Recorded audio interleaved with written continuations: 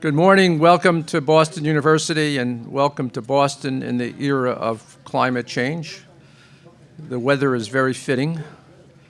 A bit surprising. I've been here 30 years. I've never seen it snow this early in December. So let me say a few words about the background to this meeting. It started just about 2 years ago. Daniel Segre and Tony Janitos, who was the director of our Center for Long Range Future, had several conversations which led to us thinking about something along the lines of this workshop. Then Tony, unfortunately, and a lot of you know him, Tony got very sick and everything stopped until last summer when I published a paper on the subject, and Ari and I, Ari, who I've known for probably 40 years, started talking.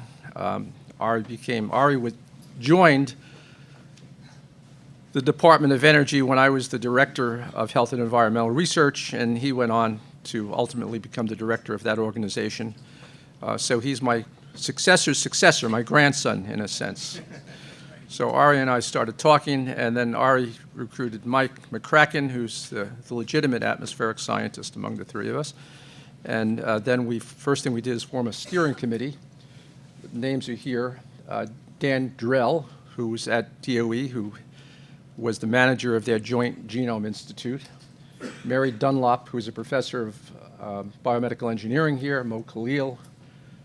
Mary's going to be a bit late. Mo can't make it at all. He's a professor of biomedical engineering.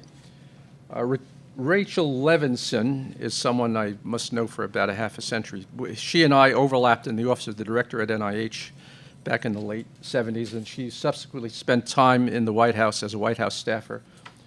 Daniel Segre, who I just mentioned, who was instrumental in this, and Jiping Wang, who's Lee Weibold Professor of Medical Science at UMass Medical School and the founding director of their program for bioinformatics and integrative biology, and also a former student of mine.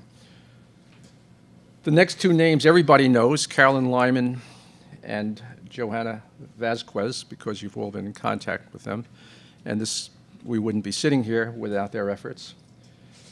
Paula Olszewski, the program manager at the Sloan Foundation, who guided us through the whole procedure for obtaining money and found the money to support this, unfortunately had to cancel her flight, couldn't make it. But we're certainly deeply grateful to her and the Sloan Foundation for support. The graduate program in bioinformatics and systems biology here. Caroline Lyman and Joanna are both major administrators of this program, which is a very large, complex program, and it's amazing they found the time to do all they had to do. So thank you both very, very much. And of course, the College of Engineering and Ken Luchin. Ken is actually my other grandson. He's my successor's successor as dean.